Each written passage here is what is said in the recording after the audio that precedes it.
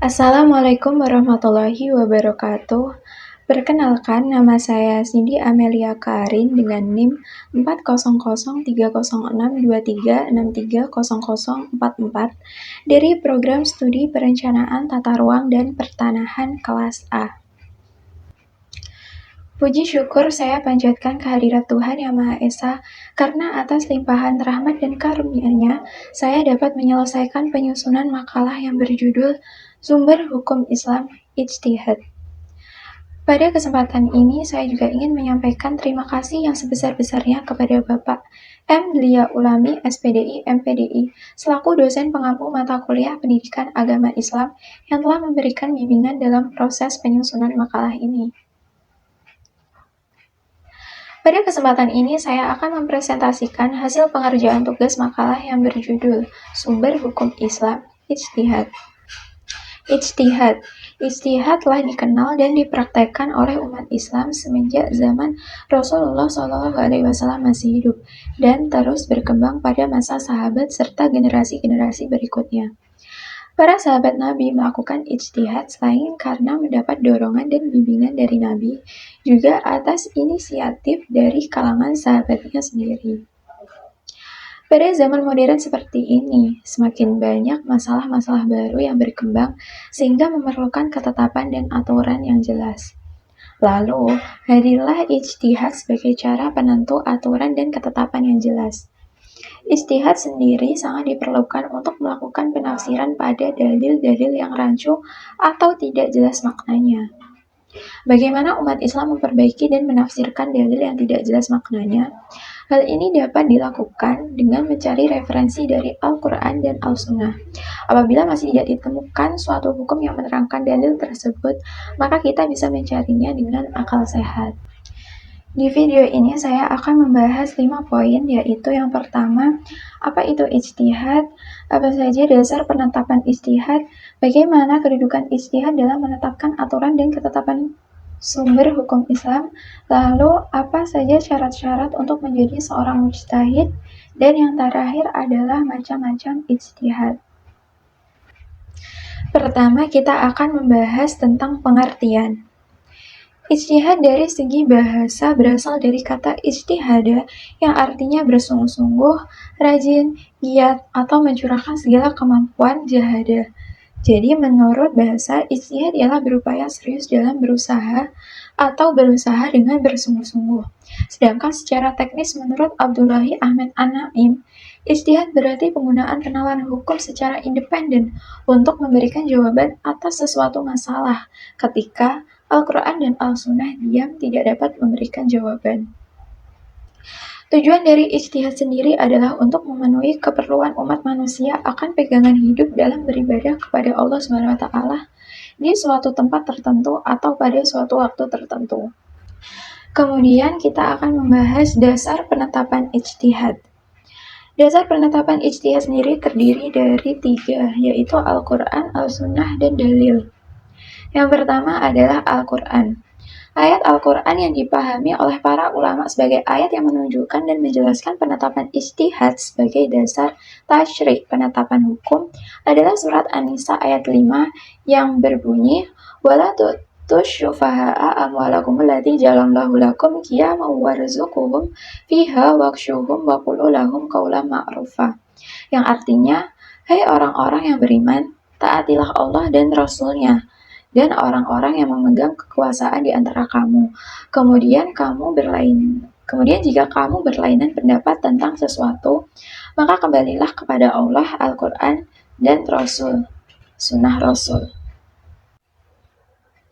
Kemudian yang kedua adalah Al-Sunnah. Hadis Nabi SAW yang dijadikan landasan ijtihad adalah hadis yang diriwayatkan oleh Bakawi dan Mu'adz bin Jabal yang menerangkan tentang dialog yang terjadi antara Nabi dengan Mu'adz, di mana ditampilkan bahwa Nabi Muhammad SAW memuji Mu'adz yang akan melakukan ijtihad dengan ra'yu, pikiran, jika ia tidak dapat menemukan penjelasan tentang suatu hal di dalam Al-Quran maupun Al-Sunnah. Dengan kata lain, ra'yu dapat dipakai sebagai sarana penetapan hukum. Kemudian dalil akli. dengan kondisi nas yang jumlahnya terbatas, dan jika ijtihad tetap tidak diperbolehkan, maka akan menyebabkan kesulitan dalam memecahkan persoalan hidup. Oleh karenanya, diperlukan ijtihad untuk menemukan hukum sebagai solusi atas problematika yang terjadi di era kontemporer ini. Kemudian kita akan membahas kedudukan dan hukum ijtihad. Ijtihad menurut para ulama merupakan pokok syariat yang ditetapkan Allah Subhanahu wa taala dan Rasul-Nya, dan dapat diketahui melalui kitabnya Al-Qur'an dan Al-Sunnah. Dalam surat An-Nisa ayat 105 yang berbunyi, Inna anzalna ilaikal kitaba bil haqqi litahkuma bainan nasi bima arakallah wa la takun li kha'inina khasima. Yang artinya, sesungguhnya kami telah menurunkan kepadamu Alkitab dengan benar agar engkau menetapkan di antara manusia dengan jalan yang telah ditunjukkan oleh Allah kepadamu. Ijtihad merupakan suatu hal yang harus dilakukan oleh seorang mujtahid dalam setiap zaman dalam rangka untuk menjawab persoalan yang terus berkembang. Ulama Hanabilah berpendapat bahwa tidak boleh adanya kekosongan mujtahid dalam setiap zaman, yang mana mereka itu menjelaskan hukum-hukum Allah Subhanahu wa taala. Pendapat ini juga dikuatkan oleh Imam Al-Syatibi. Lalu menurut Syekh Muhammad Khudlari dalam kitabnya Ushul Al-Fiqh, bahwa hukum ijtihad itu dapat dikelompokkan menjadi 3 macam, yaitu fardu ain, fardu kifayah, dan sunnah. Lalu syarat menjadi seorang mujtahid. Untuk melakukan ijtihad, seorang harus memenuhi syarat-syarat tertentu untuk sampai pada derajat mujtahid. Secara umum ialah memahami ilmu Al-Quran dan Al-Sunnah, mengetahui metode penemuan hukum, menguasai bahasa Arab, dan beberapa syarat lainnya. Kemudian yang terakhir adalah macam-macam ijtihad menurut kedudukannya. Yang pertama ada ijtihad mutlak.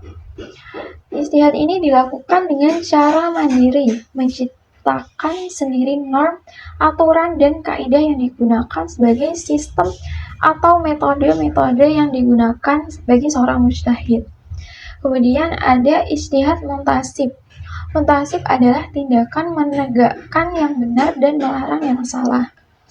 Kemudian ada ijtihad mazhab atau fatwa, yaitu ijtihad yang dilakukan seorang mujtahid dalam lingkungan mazhab tertentu. Dan yang terakhir ada ijtihad di bidang tarjih, yaitu dengan cara mentarjih dari beberapa pendapat yang ada dalam suatu lingkungan mazhab tertentu maupun dari berbagai mazhab. Jadi kesimpulan yang dapat diambil dari apa yang sudah saya uraikan sebelumnya adalah ijtihad merupakan berupaya serius dalam berusaha atau berusaha yang bersungguh-sungguh. Ijtihad adalah petunjuk hukum yang sangat penting dalam perumusan hukum Islam sebagai upaya menjawab persoalan-persoalan manusia yang konkret. Ijtihad juga berarti penggunaan penalaran hukum secara independen untuk memberikan jawaban atas suatu masalah ketika Al-Quran dan Al-Sunnah tidak dapat memberi jawaban. Lalu dasar penetapan ijtihad sebagai sumber hukum Islam adalah Al-Quran dan Al-Sunnah.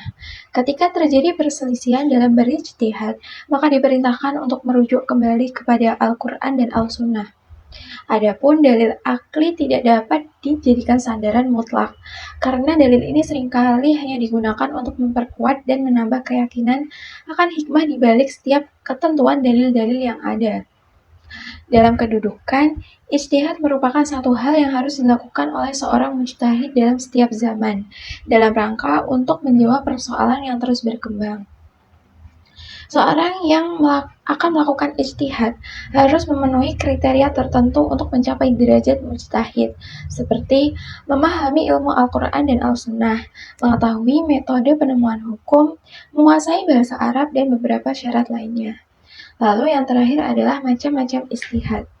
Menurut kedudukannya, ijtihad terbagi menjadi 4, yaitu ijtihad mutlak, ijtihad muntasib, ijtihad mazhab atau fatwa, dan ijtihad di bidang tarjih. Demikian yang bisa saya sampaikan mengenai sumber hukum Islam ijtihad. Kurang lebihnya saya mohon maaf yang sebesar-besarnya. Sekian, wassalamualaikum warahmatullahi wabarakatuh.